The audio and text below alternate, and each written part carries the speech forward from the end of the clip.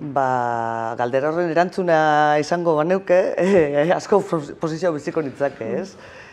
Kontsumitzaileak bai, egon badaude, nik kontsumo aldaketetan egingo nuke indargunetxe bat ipini, ez? Oin asko goiaz makroebentotara, eta hori da ikusten dutzaten igual erasorik larri izena, igual lanek kontatu da ben hildo neoliberal horretatik, eta ez?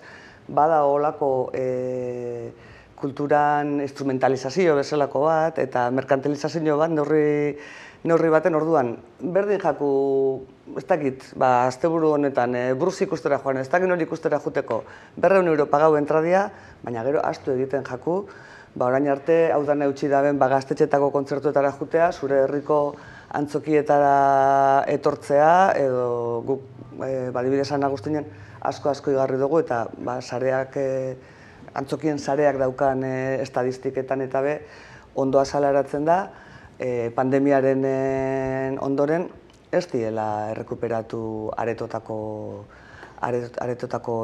mailak. Nondik, alde batetik ohitura aldaketa bat, badaude bai eskaintza aniztasun bat bai, hor zabaltzen da, baina adibidez umien kasuan, guk oindala 10 urte, aur ikuskizunetara zetozen umeak, 8-10 bat urteetara arte eusten genitxuen publiko bezala. Oin ja, zeikin askotan, aspertu egiten dira.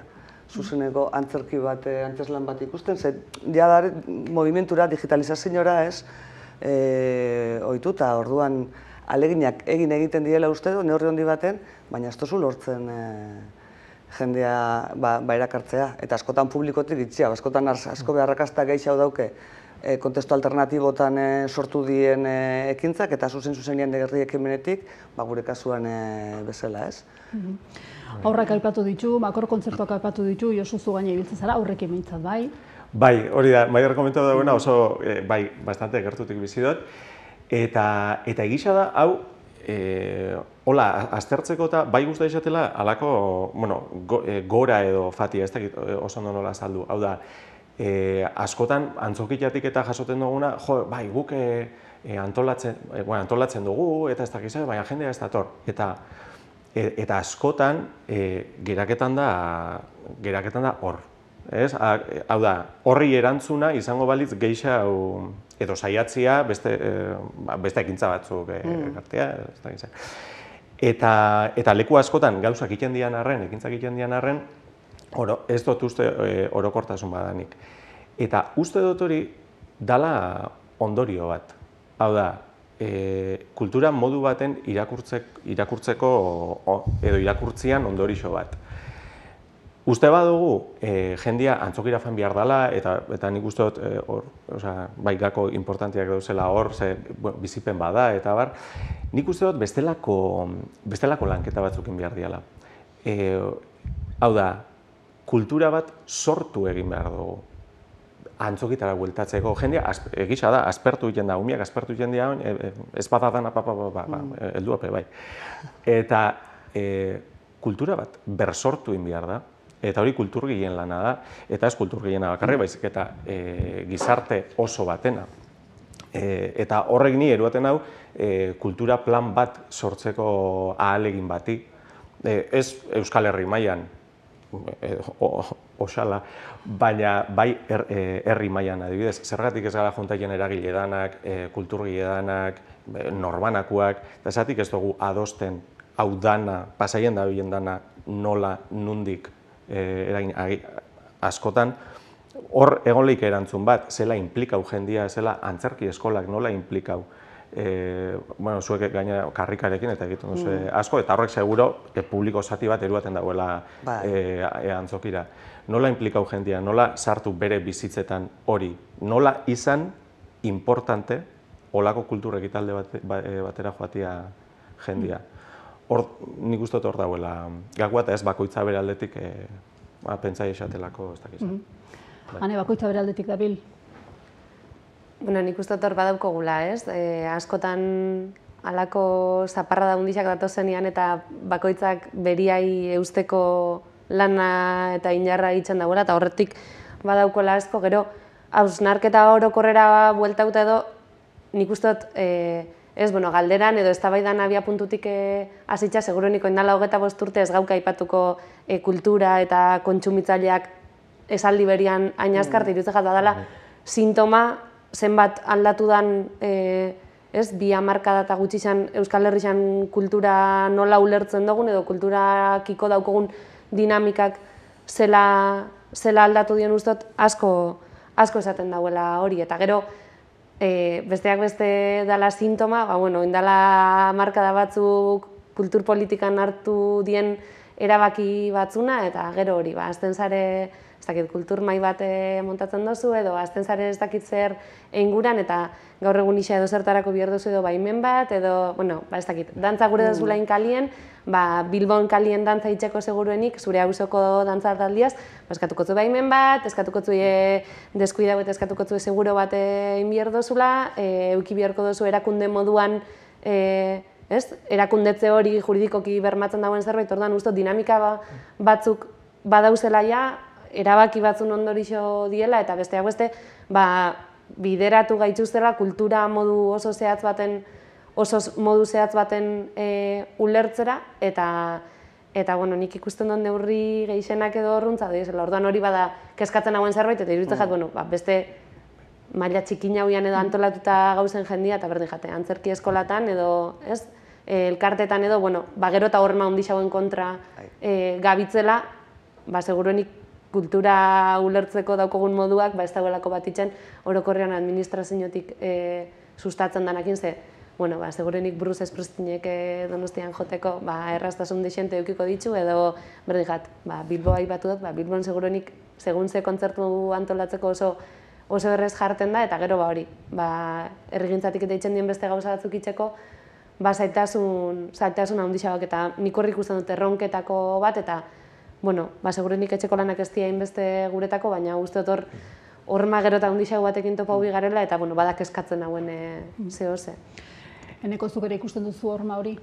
Bai, hanek aipatu dituen traba administratibo hoiena, uste dut oso importantea dela, horrek trabak egiten arazoak sortzen dizki euskal kulturari, eta gure eineko edo apalago jende kopuruz egan nahi dut diren komunitate zaurgarriei sekulako zailtasunak eta aldaketak.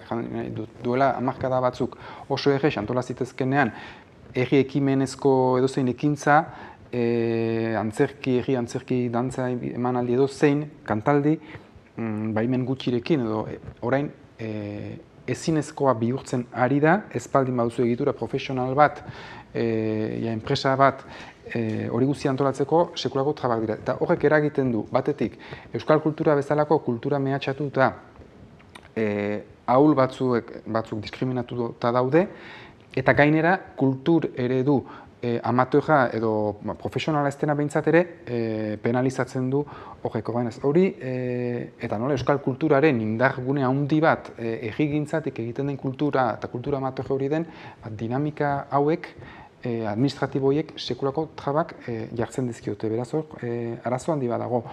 Eta gero, erakundek diru laguntzak ematen dituzte oso errez nahi dutenean, nahi dute lehen aipatu da Bruce Springsteenen kontzertua, 1.000.000 bat eta 200.000 euroko diru laguntza bat. 1.000.000 bat, 200.000 euro kulturekitaldi bat, sekulako dirutzak mugitu dituenak, sajerak ere oso garesti zirenak, eta gero hemen antolatzen baldin bada edozein ekimen xume, 500 euro eskatzeko ere sekulako lanak ez lortzeko, ez? Orduan, politika antolatuta dagoen bezala, ez dago eginda kulturaren laguntzeko. Eta gero, nik ere, haneko bezala bat egiten dut kontsumitzailea eta kultura batera jartzea pixkat bitxia da, gaur egungo gizartearen adierazle da, sajerak saltzen direnean kontzertu batzutarako ahatsalde batez, edo batzutan minutu batez, milaka sajera, horrek babesten ditu artista batzuk, gutxiengo bat, eta beste gehiengo batek behar da zailtasuna dituzte areto bat betetzeko, eta horrek eragiten dizkien gastuak eta arazoak, ez?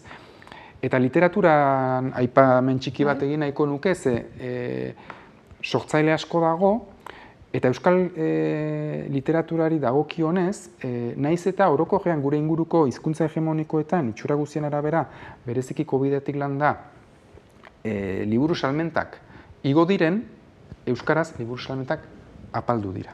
Eta nik uste hori ere elementu importante bat dela kontuan hartzeko. Eta zer egon daiteke horren atzean, irakurketarik edo arrazoirik edo ikusten duzu? Badaude ikerketa batzuk egiten ari dira, ikerketa batzuk, oraindik ez direnak ezagutzera eman, baina nik uste badagoela batetik irakurtzaletasunera hezkuntza falta bat edo, ez da transmititzen. Euskal literaturari ematen zaizkion auge iritziak edo etiketak izan daitezke. Euskal hiztun gisa ematen du gerotak gehiago direla euskal hiztunak, benetan euskal hiztun horiek duten hizkuntza maila ea nahikoa den literatura irakurtzera lotzeko. Hor ere bada beste ez da, bai, baditu honen beste euskaldun, baina zein da euskaldun horien hizkuntza maila, hori beste kaldera bada, badaude hainbat parametro. Sartu nahiko nuke beste komponente bat edo da sektoreko lan baldintzak, ez da? Eta Josu zuregana joko dut hontan. Gaur egun posible da kulturatik bizi izatea, amateur ekimenak aipatu dira, profesionalak zenbat dira gure Euskal Herri honetan? Lerroburu bat labur emuteko, ez. Oindala gutxi lanarteak, Euskaran langile profesional elkartiak inauen ikerketa bat, eta emaitza izan zen, holaxe, jarduera artistikoari emanak bizi diren Euskal artisten irabaziak iaz, 1.027 euro hilian. Suerte handixa eduki biozu horrekin bakarrik bizi ahal izateko. Eta honek eragiten dozten hausnarketa da, guretako gure hizkuntza eta gure kultura hain importantiak baldin badia, nola egon lehizke horri emunak bizi dian, edo bizitzeko ahaleginetan dabiltzen jendia hain gaizki tratatuta, ez? Niretzako kulturgileak, gure kulturaren iruditeria hori nolabait elikatuko dauenak duinez bizitia, nire ustez gure kultura eta gure hizkuntza ez errespetaikia da. Nik uste dute batari balixo emuten baixako bestiari be emun biako xauela, bestela hori desoreka bat da. Hori alor profesionalian, gero egisa da, eneko ondo esan duen moura, gero eta traba gehiago dauzela, esate baterako ja da, udaletxe baten, antzoki baten, antzeslan batikeko adibidez, oso importantia da kontratua eta holako gauzak eukitia, hor zirrikitu bat bilatzen duzu edo zaila izaten da holakoak babestia, adibidez. Hane, kulturgile berdin prekarietatea? Hor beti esaten da, eta segurunik lan artean txostenetan eta agertuko zen, ez? Kulturatik jende asko bizi da, baina sortzaileak ez. Era berian, nola, Josuko zondo azaldu biherrekoa, apur bat deabruan abokatuana edo ingot, eta niri horrek sortzen duzta, ez? Zalantza batzuk ulertuta, esan gurot. Nik bertxotatik jasonik ekarpen ekonomiko bat, enaz bertxolaria bakarrik, nire soldata beste numetxete dator, nire janak eta beste kontu batzutatik ordaintzen dira, orduan iruditzen jat onartuta eta ulertuta oso iztun komunitate txikina garela, segurenik kulturan dabilen jende dana ezingo dala profesionalizau. Iruditzen jat aldi berian bebai, urte askotan dinamika horrek eruan gaitxula, gure lana ez aintzat hartua izetera, eta hori ez, nien azontatik bizi, baina ni baldin manoia ez dakit nora bertzotara, gurot nik itzen duten jardun hori onartu aizen da dila eta aitortu aizen da dila lan moduan eta ulertu da dila hori, itzen abilen lan profesionale hori moduan. Eta jaurruan abokatuana esaten hauen, besteak beste ulertzen dutelako kultura Euskal Herrixan neurri handi baten oso egitura amateurretatik, oso herrigintzai lotutako egituretatik eutsi izan dela, eta hor gauza pilo bat itzen ditugula ez dienak kabitzen profesionalizazioa gaur egun ulertzen den moduan, edo elirakienak existiruko helburua balitz kulturan dabilen jende dana izatia profesionala gaur egungo sistema ekonomikoaz. Orduan, iruditzen jat besteak beste, lehen aipatzen gauen moduan, erraztasuna jarri behar jakiela olako ekimenei eta ezin dela izan denbora danean hormekin topetia, administraziotik eta gero eta geixau sustatzen baldin bada eta gero eta geixau bihar baldin badozu egitura profesional bat, egitura juridiko bat, zehozte ingure baldin badozu, hor segurenik batzuk kontzienteki, beste batzukin kontzienteki, jardun asko erabat mugatzen dabiz, esan gurot. Hemen inbaldin bazteike ez dakizen bat dantzarikin, edo hemen inbaldin bazteike ez dakizen bat dantzari, antzesle eta elkartuta ekimen bat, ulertzen duzu hori ez dela exigentzia profesional laboral danekin einaldan zerbait. Ez dutela esan nahi, daukonak ez dagoenik pagau bihar, eta Bruce Springsteen pagetako milioi bat eta 200.000 euro baldin badoz, igual, ez dakizean zerkitalde monta behar dagoenerako, baina bada hori, zer erraztasun jarten dien, eta eitzen danean zela aitortzen dan hori. Bai, maila diferentetako emanaldiak edo sorkuntzak izan daitezkeeneko, zerrin beharko litzateke aitortza hori hobeto egiteko, ahalko litzake egin? Bueno, hemen badaude bi plan. Uste dut, kultura batek izatea sortzaile profesionalak beren denbora guztia hori eskaintzen diotenak, ona dela, profesionalak ezkarenok ez daukagu denborarik gure lana fintzeko, perfekziora eramateko nahiko genuken bezain bat, ez? Eta, batzutan izatea, artista batzuk, kulturaren maila, zain da, mailarena delikatua da, ze amateur batek ere izan dezake sekulakoa, ez? Uler bedi, kultura bati ematen dio artista batzu profesionalak izateak.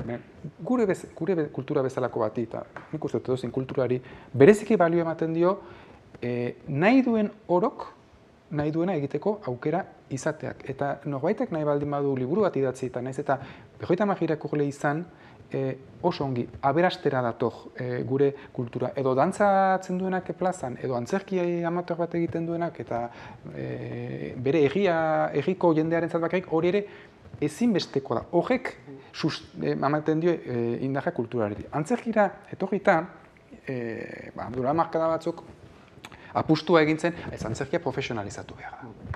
Ordura arte, bai Ipar Euskal Herrian, bai Hego Euskal Herrian, antzerkia amateurak indar handia zuen, eta momentu batean, diru publikoak kudeatzen zituztenek, antzerkia profesionalizatu behar da. Amateura baliorik gabeko zerbait balitz bezala. Zer gertatu zen? Antzerki profesionalera, etzen espero bezain bat ikusle joaten, eta hori joan zen behera, antzerki amateura ahuldu zen, baina antzerki amateura ahultzen baldin baduzu, galtzen duzu baita ere, antzerki profesionala ikustera joan daiteken jendea. Eta hori, arlo guztietan, ez? Eta gero bestetik profesionalean ari direna kulturgintzan, eta bereziki gurea bezalako komunitate txiki batean, hilabetearen bukaera heltzea ez da gauza erresa. Eta orduan, estatutuak desberdina dira hegoaldeko kulturgile batenak edo iparraldeko kulturgile batenak, ez? Iparraldean adibidez, badago, honen beste data lortuz gero urtean, badago langabezirako eskubidea eta hola. Kasu guztietan, batean edo bestean prekaritate hori daukazunean, zure sormena ere askotan baldintzatzen da, ze behar dituzu onartu hainbat lan edo hainbat eskaera edo hainbat zeregin edo kontratu, behar bat egiten ez dutenak zuk profesionalki edo zuk kulturgile gisa egin nahi zenukenarekin eta beste gauza batzuk egin behar izaten dituzu. Orduan, profesionaltasun hori baldintzatzen da, adibidez idazle batek bizitzeko literaturatik bere denboraren zati bat pasako du bere lanak idazten, beste zati handi bat pasako du beste zeregin askotan ez dena idazteari lotua, edo ez dena bere sormenari lotua, Eta abar, ez? Orduan, bueno, profesionalizatzeak ematen du baita ere askatasun pixkat galtzea zure ibilbide artistikoan. Salbu behar da, pare bat artistaren kasuan. Zu programatzaile egiten zara, Maider. Egoera nola ikusten duzu?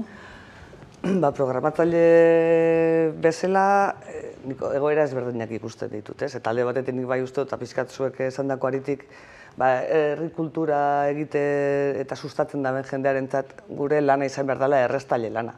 Eta ez, eta guk geuk ikartzen dugu, guk etxe barruan ere, duela 10 urte, gu jaixak antolatzen behibiltzen ga, jaixak antolatzen emoten gendun alegina eta zeren errestasunak, edo gaur egundarenak, asti ziurtagiriak, aseguruak, segurtasun baldintzak, guri etxe barruan bai, izugarri, baina biderkatu jakoz, beharkizun guzti horrek, orduan esaten duzu, bale, ni honetara dedikatzen naiz eta nik ingot, baina eske, herriko guztiak zehitzen dabe. Eta gero zer, 500 euro kobratzeko olako megatxosten batin bihot, eta zera basaten duzuela, bakositxoten eretxean gelditzen naiz, eta kitxo, eta nik uste dut hor da hola pixkat, haustura hori. Zuk aitzatu dituzu 1.400 euro horrek, uste dut hor daela sartuta zetak, izaro, zetak, izaro eta berritxarraken soldatak bebai. Esan nahi dut, bataz bestekuan hori sartzen baldin bozu uste dut, egunero kutxekora... Eta seguro nik egongo nazni, beten nagoela inkesta hori, baina nire diruzarrerak beste leku batetik datozenak eta... Hori da, esan nahi dut, 1.400 euro asko pentsatzen jatela. Bai, eta gero, beste kontu bat, profesionala ez den artistari, begintzait, idazle bat, itzali bat ematera, edo kantari bat, ezagutzen dut kantari talde bat, Josuzuk ezagutzen duzu, aipatu zen, aste jaintzuni iaz, eta disko bat egin, behar 4 kontzertu lortu urtean, autonomo ezin zara izan 4 kontzertu kobratzeko, eta ezin kobratu azkenean. Ezin zarelako autonomo izan, ja ezin duzu fakturatzen ez baduzu, erakunde askok ez dizute ordaintzen, eta hori, eta nik liburu aurkezpenak edo izan ditudanean ere, erakunde, edo udal handienetan ezin kobratu. Eta, edo, behar duzu, sekulako malabarismoak, eta Euskal Idazleen Elkartearen bitartez, eta behar, orduan, ez pasara profesionala gainera, ez dago bate duintasunik, egin nahi dut. Ez eta gainera nik uste dut, ez dela ikusten, azkenean gaur eguneko profesionala, gaur egun dantzerti bat eta badaukagu hemen, edo musikene eta formakuntza zentro maila txukuna daukenak, baina 10 urteko ibilbidea dauke horredanak. Nondik sortu die oin arte gaur egun gure plazetan, gure egunkarietan, gure telebistatan ikusten ditugun artistak amaterrotik etorri die. Hori da, arrobia izan da beti, eta orduan haustura hori horre emuten baldin bada, gero zer gertatuko da, azkenean hor ikusten dut. Niretako horri lotuta eta batez be, eta antzerkixan adibidetik ez dela bakarrik ematen dau batzutan oso modu linealian pentsetan dugu gauzak, eta orduan da, ez duen hemen Euskal Herrixan, beti egon da masa amateurrosa handi bat, horra hartu erabaki batzuk hau profesionalizau izan din, eta orduan hemendik aurrera bide naturali izango da. Amateurrian da sekulako jende multzua, gero batzuk iritsiko di, onenak iritsiko di ikastera, eta horrek profesionalizauko die. Ezke bideak ez die linealak, eta artisten ibilbideak die, era askotakoak, artisten desioak, inkluso euren jarduerakiko die eradanetakoak, eta profesionalen zera horrek ezin dago ordezkatu amateurrena. Eta hain kultura txikinean gutxia. Orduan, batzutan planteatzen dugu, eta geure buruai behitzen dutzagu trampa horrek, eta errepikatzen dugu, ez? Niretako badie diskurso batzuk, jardun hori profesionala izatea nahi dauenak eta bermatu behar jako profesionala izatea? Bai, eman behar jako berme guztiak, zangurot, ni baldin mania bertso saio batera, handauen teknikarixak kobrauko baldin badau, nik be kobrauko dut lanera noialako ni be. Baina ulertu barik batak besti ordezkatzen dagoela, dana da ekosistema elikatzen dauen indar bat. Orduan, uste dut erakundetatik batzutan bai sustatzen diela, diskurso horrek, hemen profesionalizatu eta artisten estatuta, kontuz, zenbat gauza egunerokoan herrixak bizirik mantentzen dituztenak, transmisio lana itzen duen zenbat ekosistema txikina edo gabitzen albo batera guzten diskurso hori elikatzen danean. Bai, eta Bueno. Bez, aipatu duzu erakunde publikoen papera eta beste, horre ere sartu nahiko nuke, naiz eta gozasko aipatu dituzuen honezkero. Nahikoa babesten da, kritikak badaude, bota dituzue, zer egin daiteke kasu honetan, ez eskatuko zenieke aukera izango bazenuten noski. Bai, dana oso lotuta dago, begira, horra adibidez, erakunde publikoen papela egiteko noski asko dakola, adibidez, gu Debagoienien gauz, orduan Gipuzkoako Foru Aldundia eta Eusko Jaurlaritza, eta antzerki mundutik gainera. Lehen aipatu duen zera haue, amateur profesional. Diru laguntza batzu jasoteko antzerki munduan, profesional izan behar zara. Eta badau, ez dauz antzerki talde profesional asko, ezin janak hau, Eusko Jaurlaritza dakon eskakizun horreitara. Eta orduan, ezin ja lagunduak izan. Orduan, hori niretako traba bat da, beste bat. Orduan, hortik hasita, eta ez hori bakarrik, hizkuntzari dagokionez be hor badaude zoreka itzela, normalian, harrigarria badirudi ere, euskeraz eta hemengo kasuan espainolez jarduten badozu, aukera gehiago dakotzu, laguntza gehiago lortzeko. Hori, niretako izan bieko litzake gauza bat, pentsa ezina. Hau da, eskakizun bat, adibidez, ez? Erakunde horreri, hau da, espainola edo kultura espainola dakarren hori dana baztertu beharko litzake. Hau da, zenbat eta zenbat ekintza eta gauza dirustatzen dira kulturako eseretatik aurrekontutatik euskeraz ez dianak. Orduan, ze kultura zabitz laguntzen edo ze kultura zabitz dirustatzen, ez? Euskal kulturak beharko luke bere poltsa, esan nahi duzu? Esan nahi duena da, kulturaren poltsa, euskal kulturaren poltsa izan beharko litzatekeela. Eta hor ja, gura barik, askoz baliabide gehiago egongo litzake.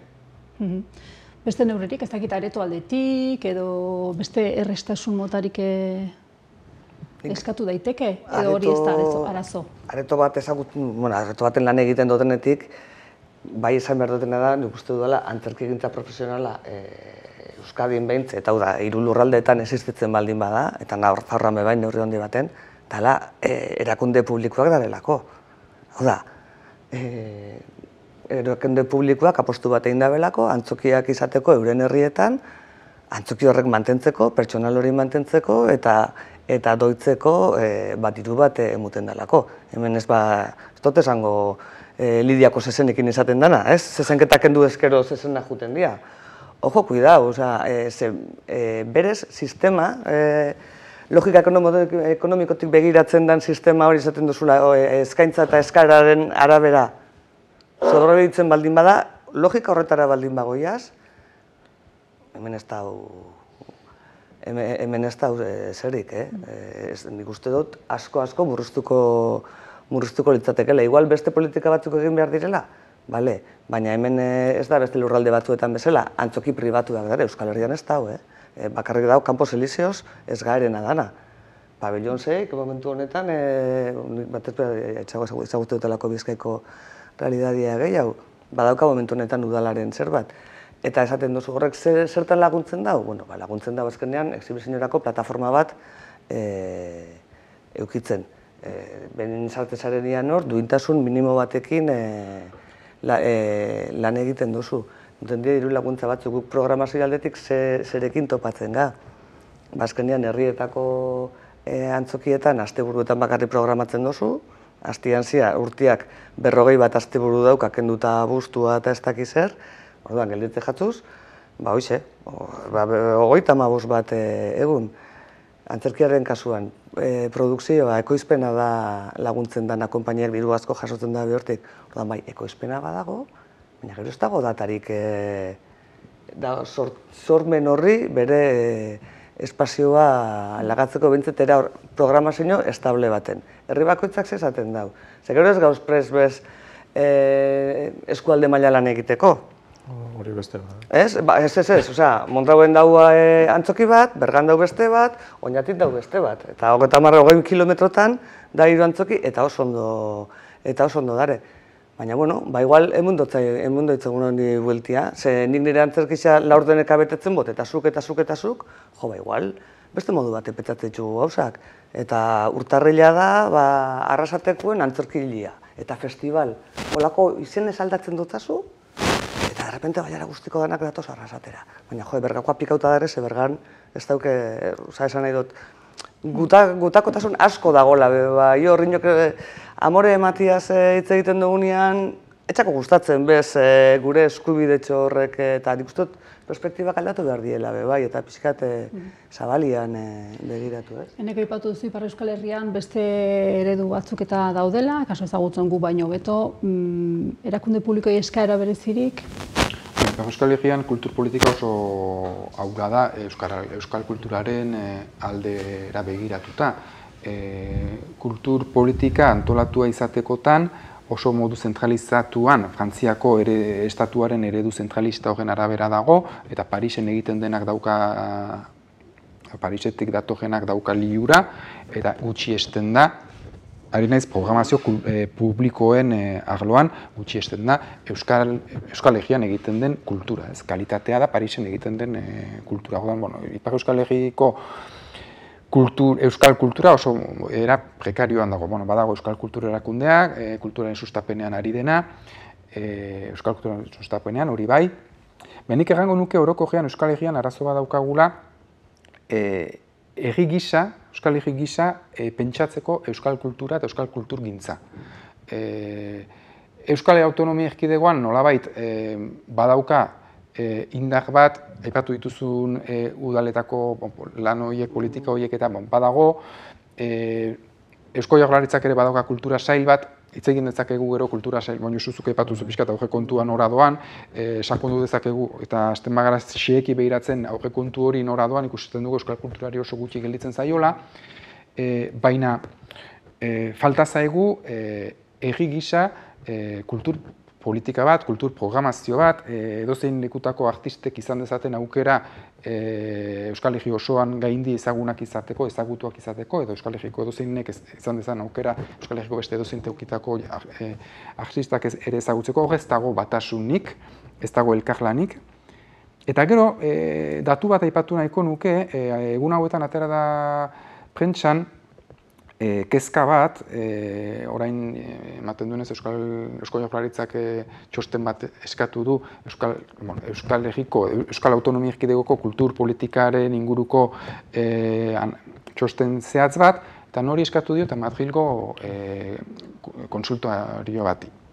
Eta lanarteakoak eta kezkak agertu dute, ze kultur politika proposatuko du Madrilgo erakunde horrek, eta hori izango da urrengo urtetako Eusko Jaurlaritzaren kultur politikaren norabidea markatuko duena, beraz, gainera, momentu honetan aukera izango baldin bazen hausnartzeko kultur politika berrietan, gainera, ematen baldin baduzu hori hemen hortaz dakien jendeari galdetzeko ordez Madrilera, kezkak areagotzeko arrazoiak daude hor. Euskal kultura mundu globalizatuan ere, nahiko nuke gaia atera, klik batean ez da daukagu denetik, gaur egun interneten mundua, kontsumo ereduak ere aldatu dira, horrek ze eragin du sorkuntzan, adibidez? Eragin erabatekoa beste kontu guztietan daukon moduan, eta segurenik aurreko galderai lotuta honekin be lotu aldalako, eta niretako oso garrantzitsua da besteak beste edabidek, alako transmisio lanian edo aukien egitekoa, eta aurkeztu zen, urria zauran aurkeztu zen txosten bat, besteak beste Euskal Herriko edabide ezberdinak aztertuta eta kulturai emate jakon lekua eta aztertuta, eta hor urteten zen ondori horik esanguratsuenetako bat edo zen, badauzela edabide batzuk, erdarazko edabide batzuk, besteak beste Euskal Kultura sustatzearen jasotzen dabienak diru laguntza publikoak bizkarre manda bizti dienak, euskerazko kulturgilei. Orduan, seguruenik die gauza oso txikitzat jotzen dugun batzuk, baina segun ze edabideen webgunean eta erdarazko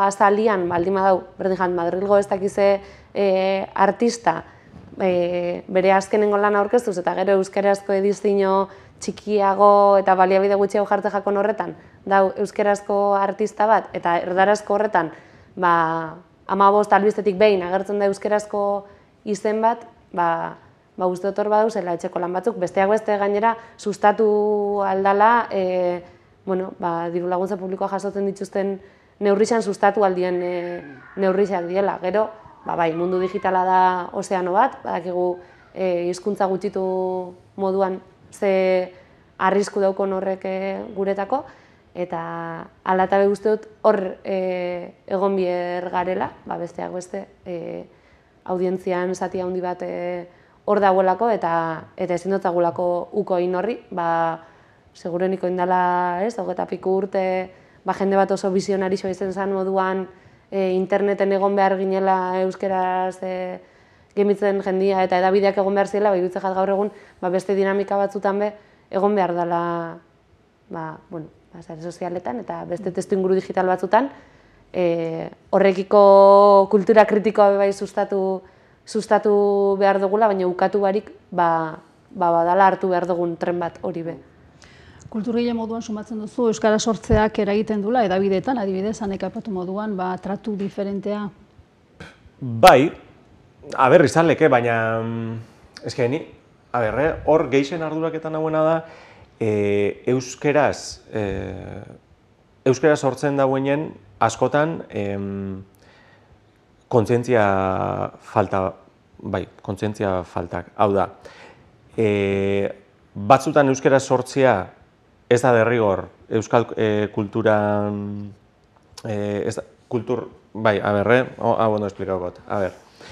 transmisioa, bai? Hau da, euskal eduki sortzaile bezala, iken duzun transmisioa kulturala sekula ez da zero. Hau da, transmitiken duzun erreferentzia markua, transmitiken duzun edukisa, transmitiken duzun kontzientzia falta batetik baldin badator, naiz eta euskarazin transmitituko duzun kultura hori ez da gozetan propio izan. Arago fan da, badauz oin sortzaile batzuk euskaraz sortu, ontxe musikarixak adibidez. Zabiz, elebitan ikendien kantuen inguruan? Ontxe bai, hori da, eta oin elebitan adibidez, badago alako modatxo bat, euskaraz sortziaz aparte, espainolez edo Ipar Euskal Herrian frantzesez sortuko da kantuak. Eta hori adibidez, pentsaisa kontzientzia falta izugarrixa, eta jende horrek elikatu behar badau gure iruditerisa, niri beldurgarrixa pentsaixat, zera bezala. Bai. Ados, Neko? Bai, hor bada, Ibai Iztuetak aipatu izan duena, bere euskal kultura eta kultura baska horretan, zer da euskal kultura eta zer da kultura baska. Kontua da, hemen badagoela joera politiko bat, jan nahi duena, euskal kultura da euskal eskualde administratibo honetan egiten dena. Bai? Espainiako kakotxen artean, eskualde bati dagokion kultura, eta ez euskaraz eta euskal zeretik hori noski, euskal egiaren, izaeraren ukapenetik egina den deitze bat da, deitura bada, euskal kultura deitzea beste horiek guztiak. Guretzat euskal kultura beste ez bai da ez, egia, egi gisa kontsideratuta, eta abar. Eta, hori ez da inuzentea, hori hor badago intentzio politiko bat. Zer sailkatzen den euskal kulturan eta zer ez. Eta, ez da baidari hori ere hor dago. Eta edabide batzuek, hanek aipatu, ez ditu izendatu, baina ulertzen dugu zein diren, noski, edabide batzuk frankismoaren oinordekoak dira, eta ez dute inoiz, ez diote uko egin, ez dute gaitzetsi, ez dute eta helburu politiko berekin ari dira. Han euskal kultura, espero izan behar dugu haiek euskal kulturari behar bada, pentsatu beharko dugu, zergatik diren hedabide horiek gehien irakurriak teorian hedabide horiek representatzen duten hildo politikoa erabat minorian dagoenean herri honetan, ez? Badauzkagu beste paradoxa batzuk. Nik zorionez, eta aipatu nahi dut, euskarazko hedabideak, hor daude lan handia egiten dute eta euskarazko hedabidei esker kulturak badu oihartzun bat lehentasunez izan nahi duen lekuan, ez?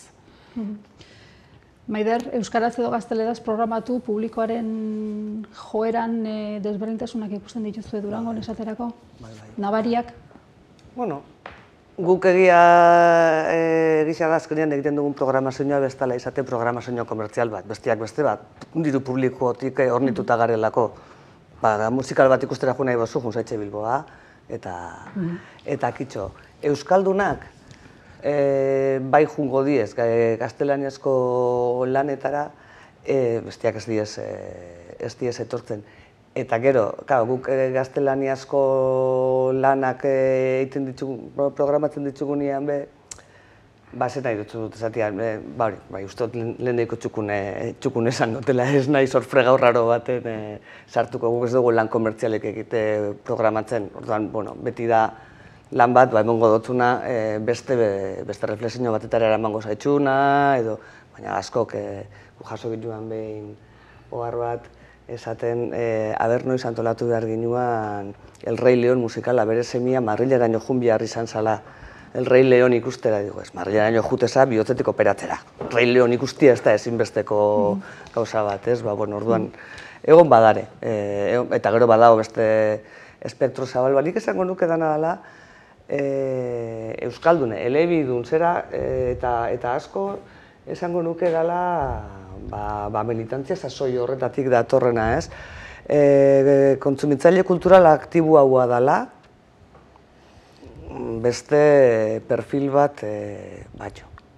Eta horrek ja eramate zaitxu ja saltan zar, ez dakit, nirantzan egonez, ez dakit nun egonez, ez hautzen duzuzuk zure herriko ekosistema, ni seguru nago, Durangon daola, eta arrasaten egongo da moduan, jente asko ez dakizena, teatro bada honik bere herri zan, seguru nago.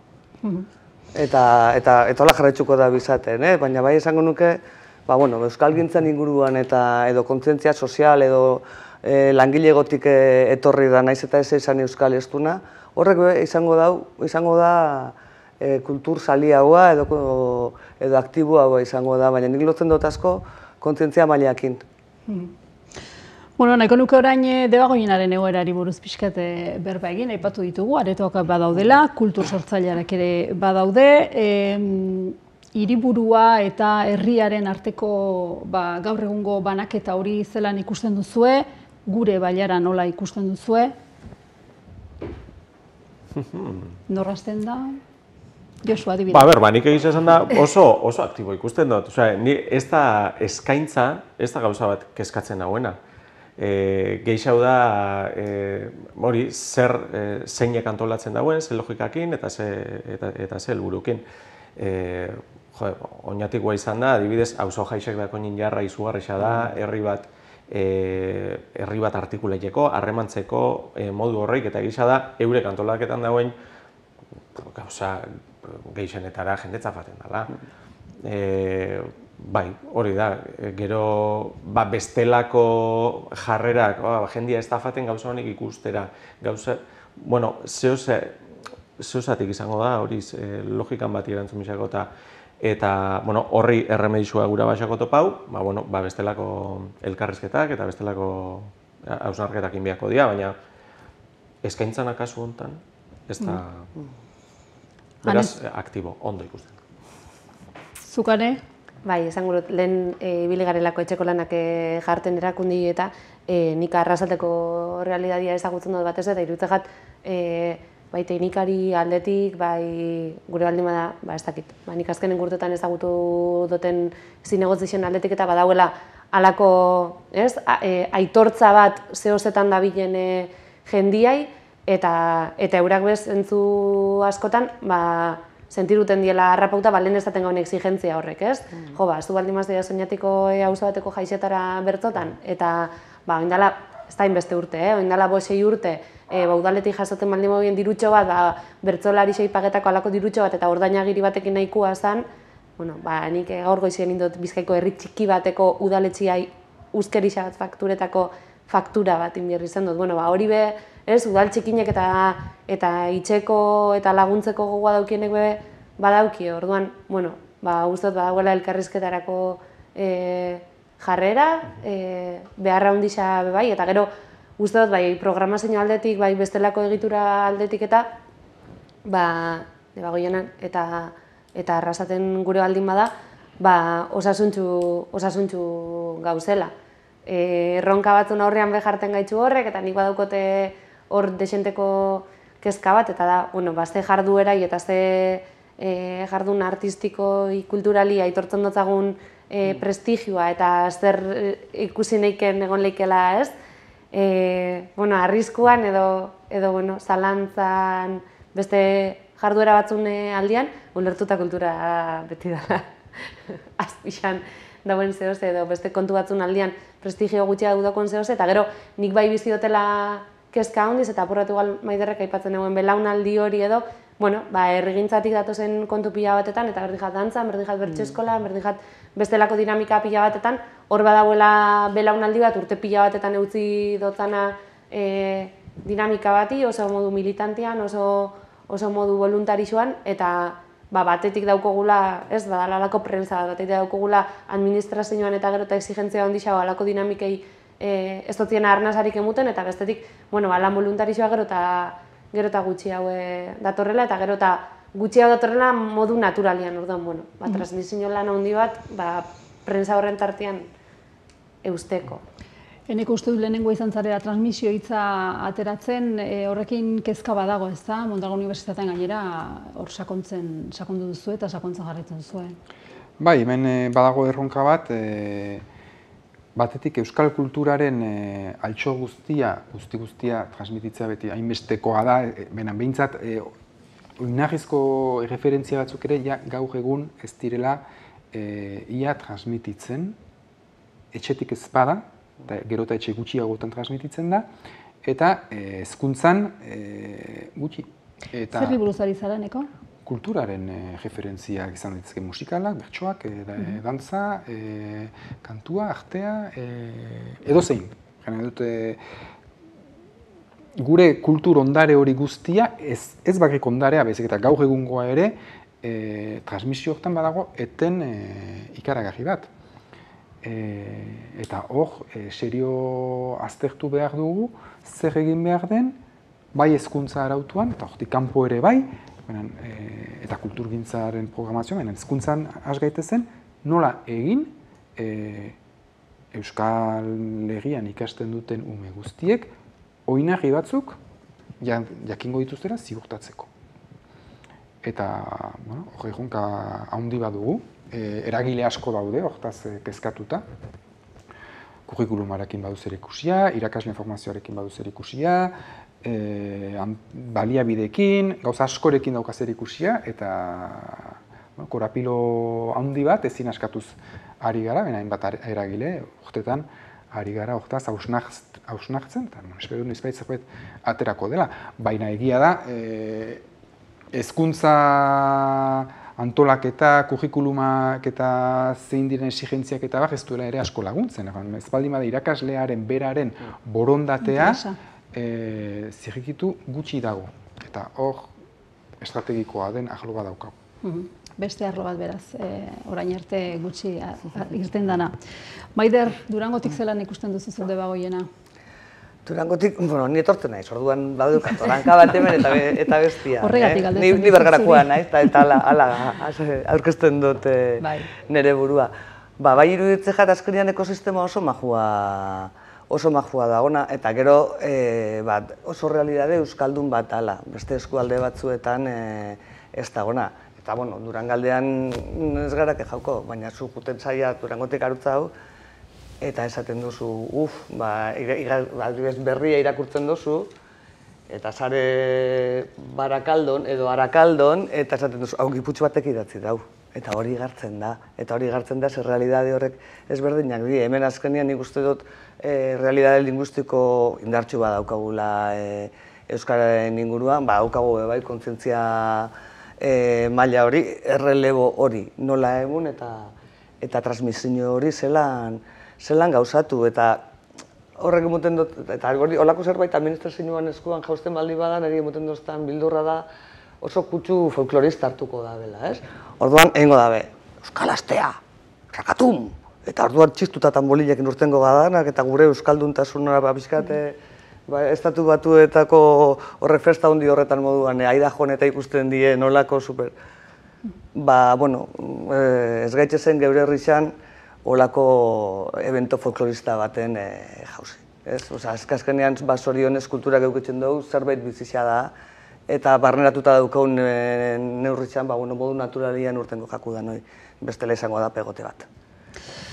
Bueno, laukote iritsi gara, edo agortu ditugu, gaurko minutu danak, hainbat gauza esan ditugu, baten batek entzungo ditu, norberak ere erabiltzeko estia txarrak. Eskertu nahi dizuet, bisita, parte hartu izana, ikuslei ere bai, hor izatea eta tira. Gaurko hemen bukatuko dugu, urrengo batean itzuliko gara, Erronkak Berbagai saioarekin, irailan izango da, oporren etenaldiaren ostean. Esan bezala, mila esker Lauroi, mila esker zuei eta hurrengora arte.